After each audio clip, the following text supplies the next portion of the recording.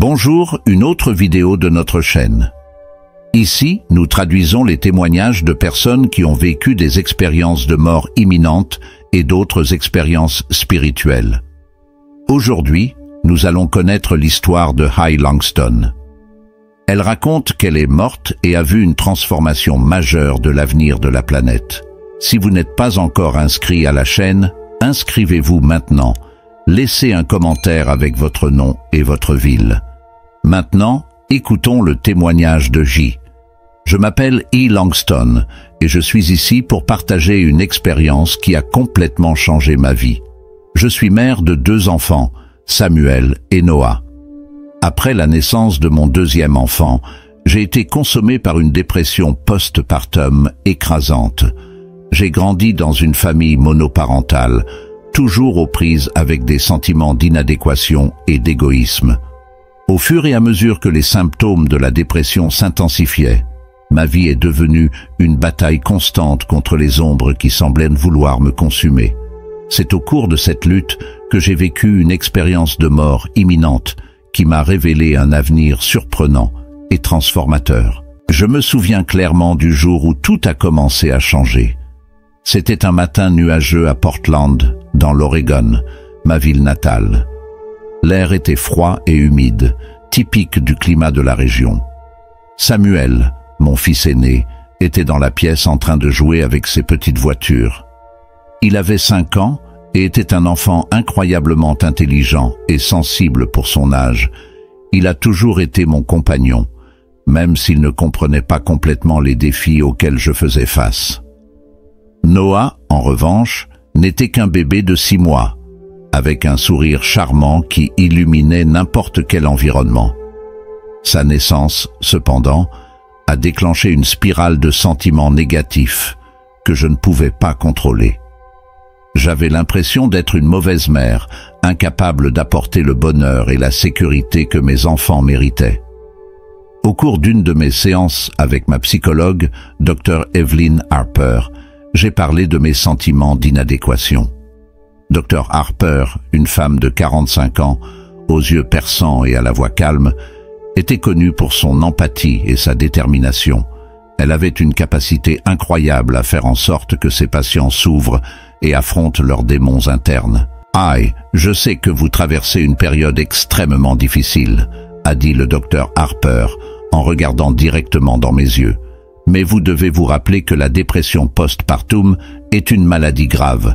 Ce n'est pas un défaut de caractère. »« Je sais, docteur Harper, mais c'est si difficile, » répondis-je, ma voix étouffée par l'émotion. « Parfois j'ai l'impression d'échouer avec mes enfants.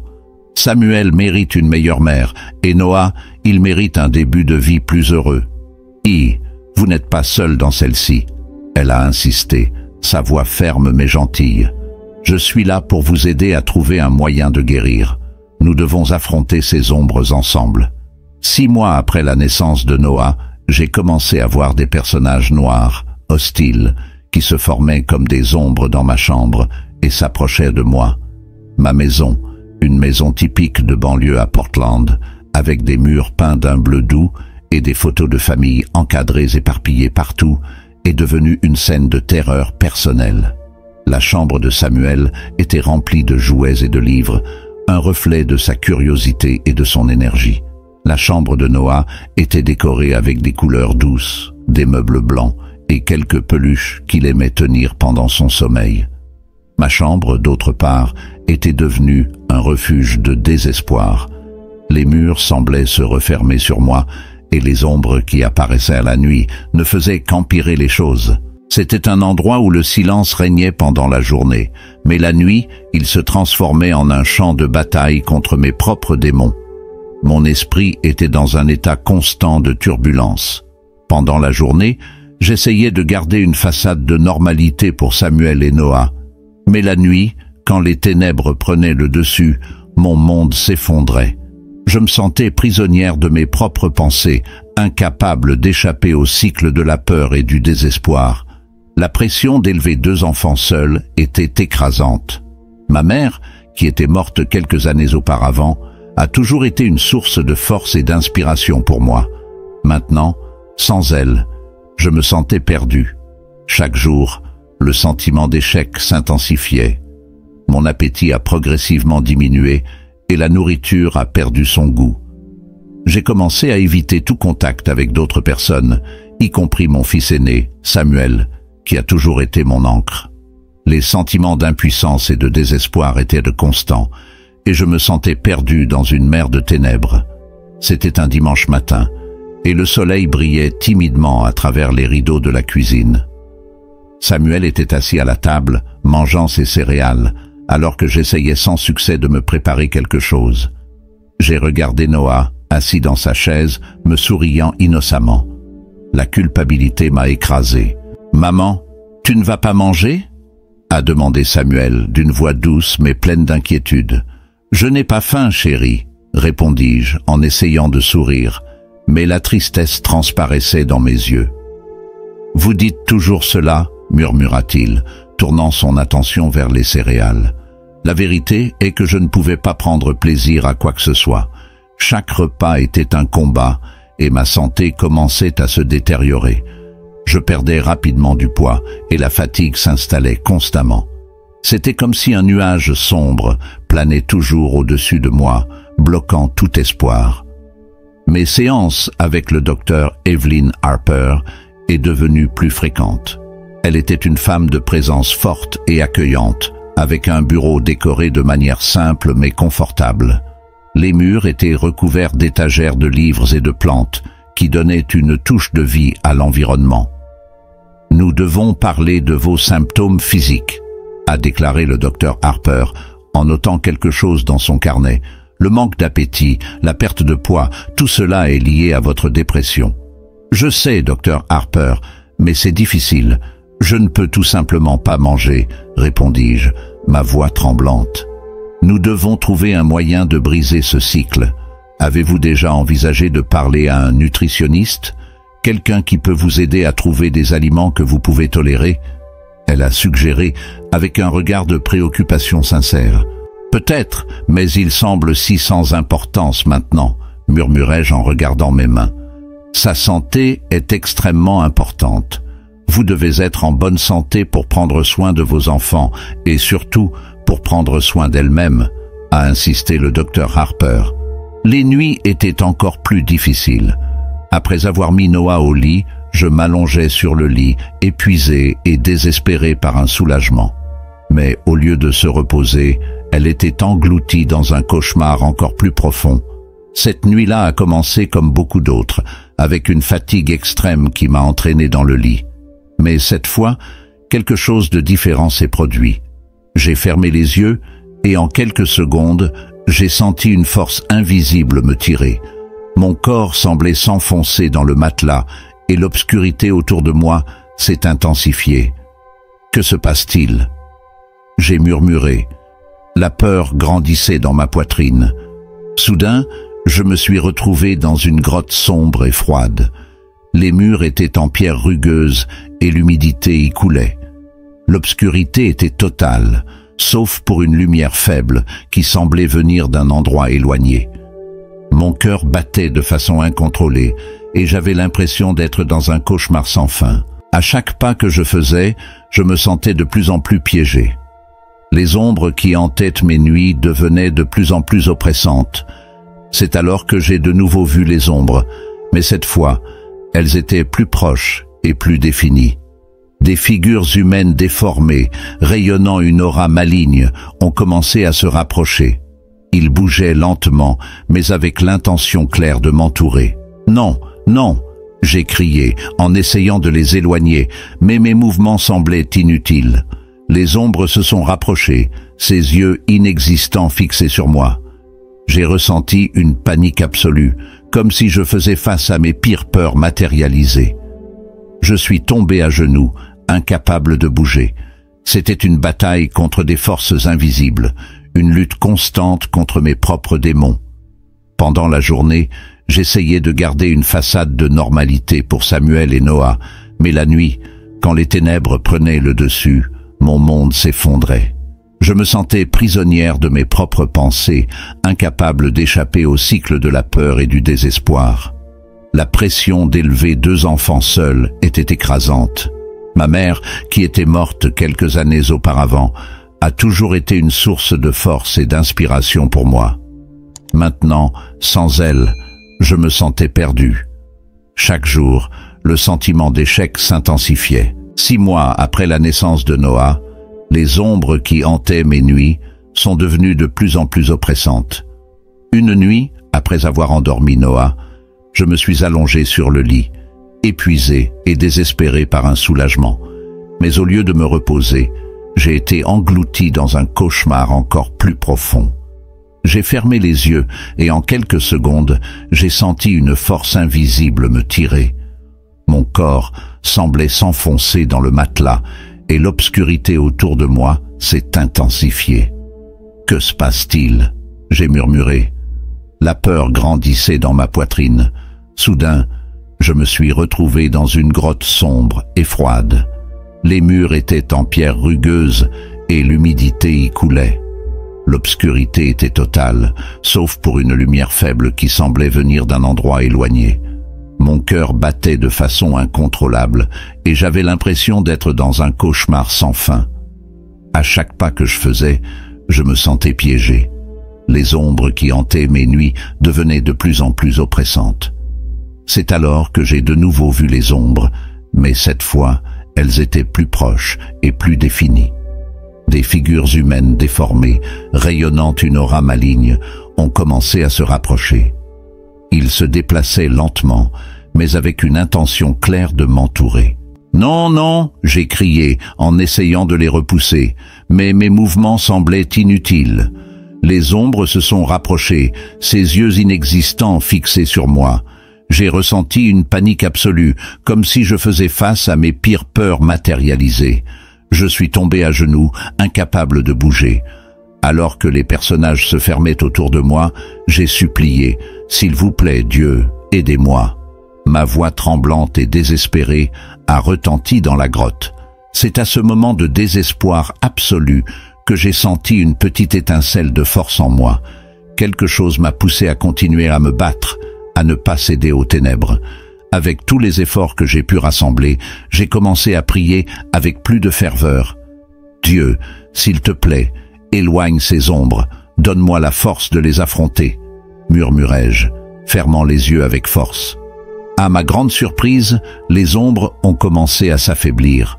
L'aura maligne qu'ils rayonnaient commença à se dissiper, et la faible lumière dans la grotte s'intensifia. Une sensation de chaleur et de confort m'a envahi, et les figures sombres ont commencé à reculer. Quand j'ai ouvert les yeux, la grotte était éclairée par une lumière vive et accueillante. J'ai été soulevé doucement du sol, me sentant légère et protégée. La lumière semblait émaner de tous les côtés, m'enveloppant dans une étreinte chaleureuse. « Tout va bien maintenant, Harry », murmura une voix douce et rassurante. « Vous êtes en sécurité. » J'ai flotté hors de la grotte, emporté par une force invisible. L'obscurité a été remplacée par une paix indescriptible.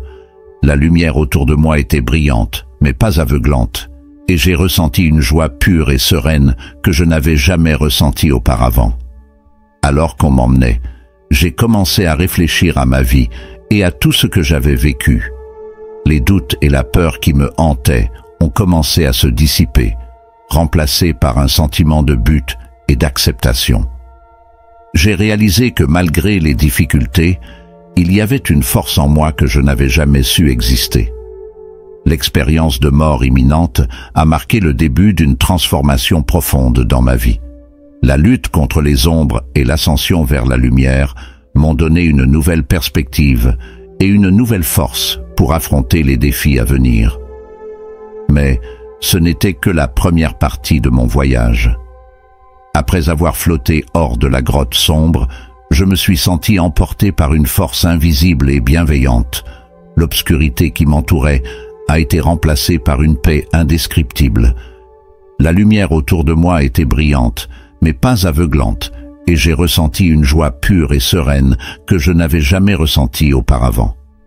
Pendant mon ascension, j'ai commencé à réfléchir à ma vie et à tout ce que j'avais vécu. Les doutes et la peur qui me hantaient ont commencé à se dissiper, remplacés par un sentiment de but et d'acceptation. j'ai réalisé que malgré les difficultés, il y avait une force en moi que je n'avais jamais su exister. Flottant jusqu'au plafond de ma maison, j'ai observé des gens autour de mon corps. Mon corps semblait si lointain, presque méconnaissable, mais je me sentais plus vivante que jamais. Je ressentais une paix indescriptible et un bonheur que je n'avais pas ressenti depuis longtemps.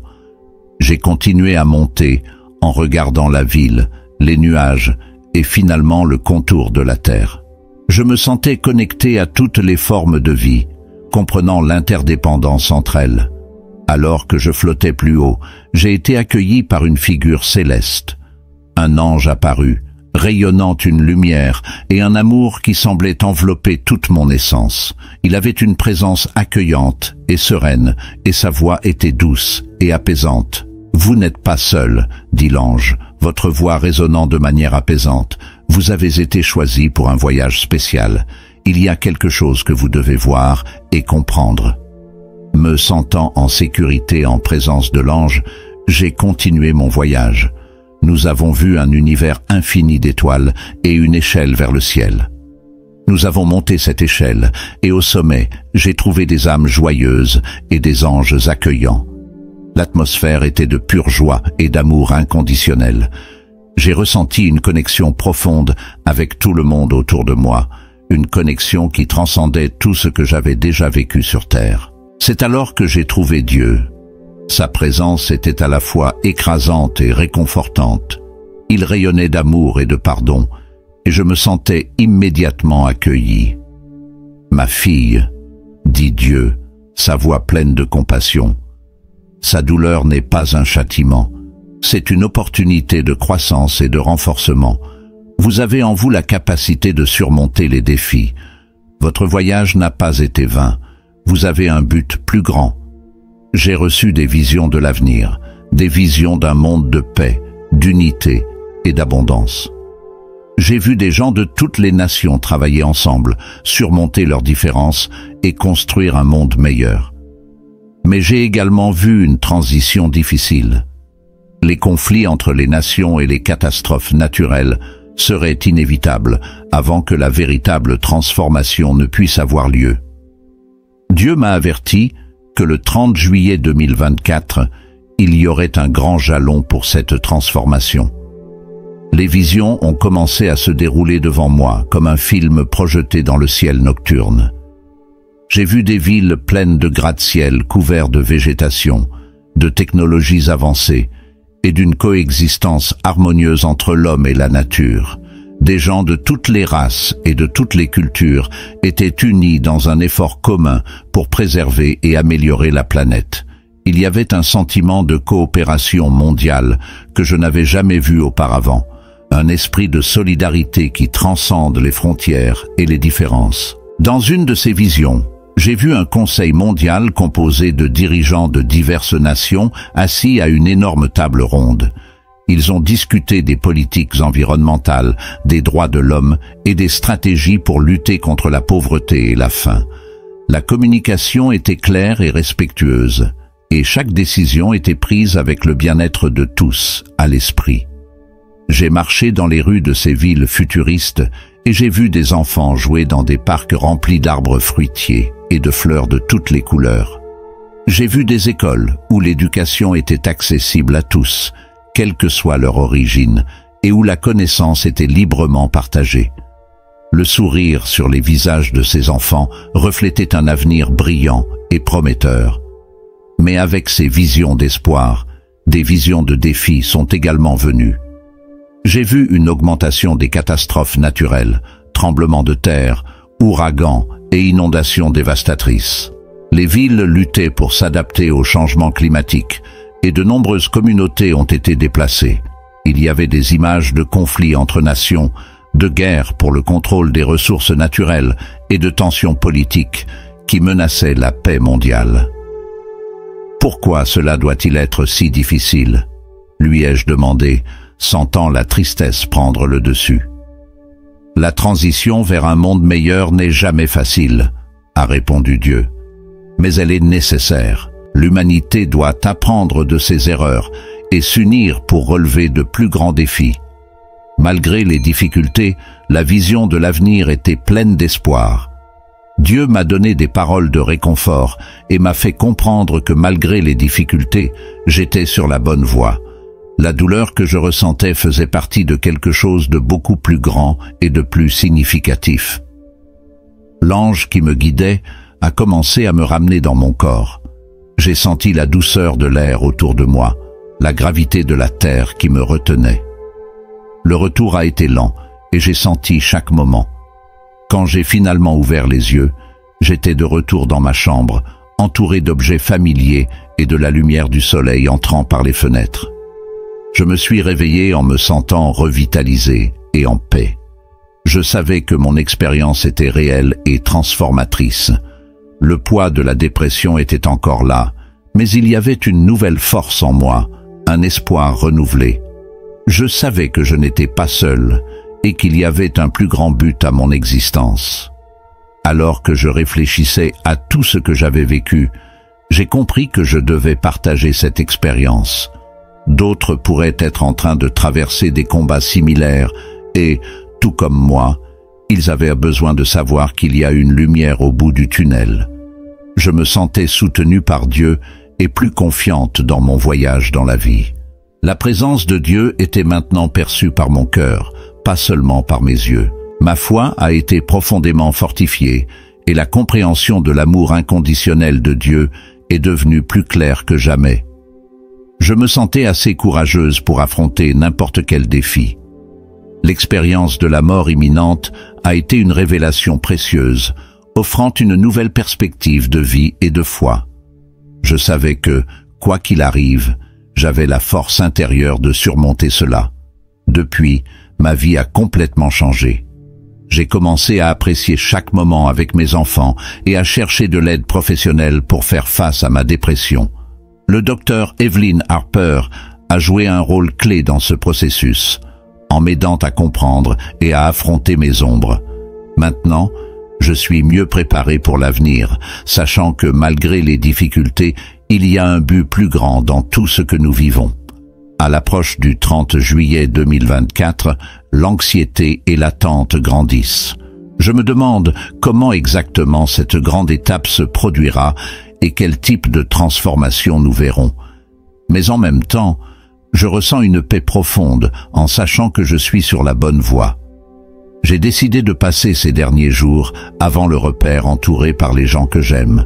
J'ai organisé de petites réunions chez moi où les amis et la famille viennent partager des repas, des histoires et des rires. Il y a un sentiment d'unité et d'amour qui imprègne chaque rencontre, et cela me donne encore plus de force pour ce qui est à venir. Une de ces nuits, après que tout le monde soit parti, je me suis assis avec Samuel sur le canapé du salon.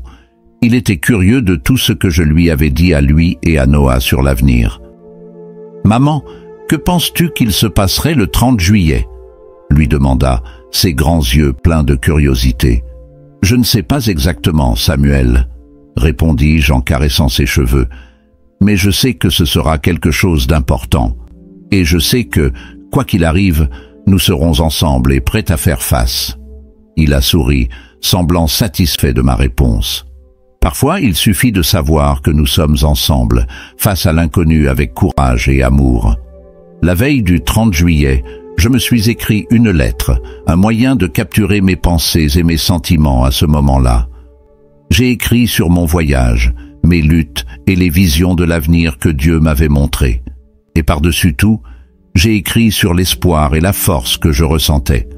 Alors que je gardais la lettre dans un endroit sûr, j'ai ressenti un calme profond. J'étais prête à tout.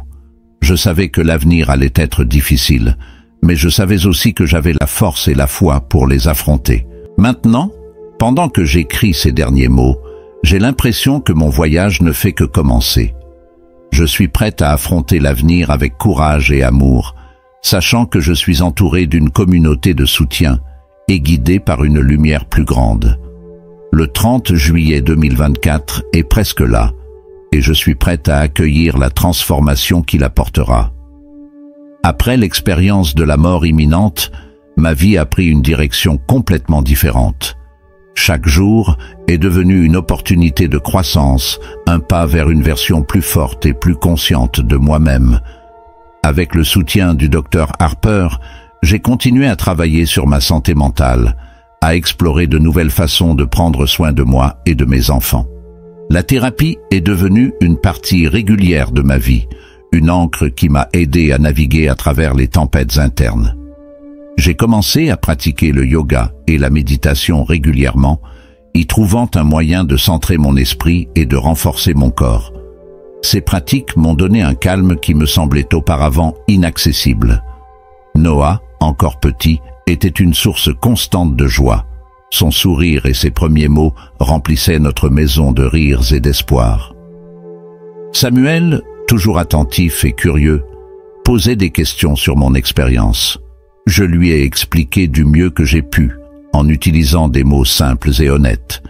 Il semblait comprendre que sa mère avait vécu quelque chose d'extraordinaire et que cela l'avait rendue plus forte et plus aimante.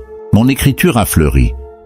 J'ai décidé de transformer mon expérience en un livre, dans l'espoir que mon histoire puisse aider d'autres personnes qui rencontrent des difficultés similaires. J'ai passé de longues nuits à écrire, à répandre mes émotions et mes visions sur les pages. L'écriture devint une forme de guérison, un moyen de traiter tout ce qui s'était passé et de partager la lumière qu'elle avait trouvée. J'ai reçu des invitations à parler dans des groupes de soutien et des événements communautaires. Chaque occasion de partager mon histoire était une étape supplémentaire pour inspirer et encourager les autres. Je me souviens d'un événement particulier, une conférence sur la santé mentale, où j'ai raconté mon histoire à une salle pleine de gens. À la fin, une femme s'est approchée de moi avec des larmes aux yeux. Son histoire m'a donné de l'espoir, a-t-elle dit, en me tenant la main. Je traverse quelque chose de similaire, et tu m'as fait croire que je pouvais m'en sortir. Ces moments m'ont confirmé que j'étais sur la bonne voie, que mon expérience n'était pas seulement pour moi, mais pour tous ceux qui avaient besoin d'une lumière au bout du tunnel.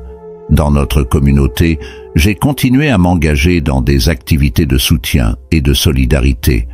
Il a participé à l'organisation d'événements caritatifs, collectant des fonds pour les familles dans le besoin et promouvant la sensibilisation à la santé mentale. La foire de l'école de Samuel n'était que le début. Notre communauté s'est unie d'une manière que je n'avais jamais vue auparavant. Il y avait un esprit de coopération et d'amour qui imprégnait chaque action. Dans notre maison, nous avons fait des changements pour en faire un environnement encore plus accueillant et sain. J'ai introduit de petites routines de gratitude avec Samuel et Noah, où chaque soir nous partagions ce dont nous étions reconnaissants. Ces petites pratiques ont renforcé nos liens familiaux et nous ont rappelé la beauté dans les petites choses de la vie. Cependant, l'approche du 30 juillet 2024 apportait un mélange d'anxiété et d'attente. Il y avait un sentiment que quelque chose de monumental allait se produire et me préparait de la meilleure façon possible. Les nouvelles ont continué à signaler les catastrophes naturelles et les conflits, mais il y avait aussi des histoires de résilience et d'unité. À la veille du 30 juillet, j'ai organisé un dîner chez moi avec des amis et de la famille proche. La table était remplie de plats préparés avec amour, et la maison vibrait de rires et de conversations. À la fin du dîner, j'ai demandé à tout le monde de partager mes pensées sur le lendemain. Nous sommes au bord d'une grande étape, ai-je commencé en regardant chaque visage autour de la table. Je sais que beaucoup d'entre nous ressentent de la peur et de l'incertitude quant à ce qui nous attend, mais je crois qu'ensemble, nous pouvons relever tous les défis. Les paroles résonnaient avec une vérité profonde. Nous étions tous unis par des liens d'amour et d'espérance, prêts à affronter l'avenir ensemble. Quand je me suis allongé cette nuit-là, sentant la présence chaleureuse de mes enfants endormis dans les chambres à côté, un calme profond m'a enveloppé. Elle était prête pour tout ce que le 30 juillet apporterait. Maintenant, alors que je termine ce récit, je voudrais laisser un message final à tous ceux qui lisent ou écoutent mon histoire. Je sais que la vie peut être pleine de défis et de moments sombres, mais sachez qu'il y a toujours une lumière, même dans les moments les plus sombres. Croyez en la force intérieure que nous possédons tous. Croyez en la capacité de surmonter et de transformer.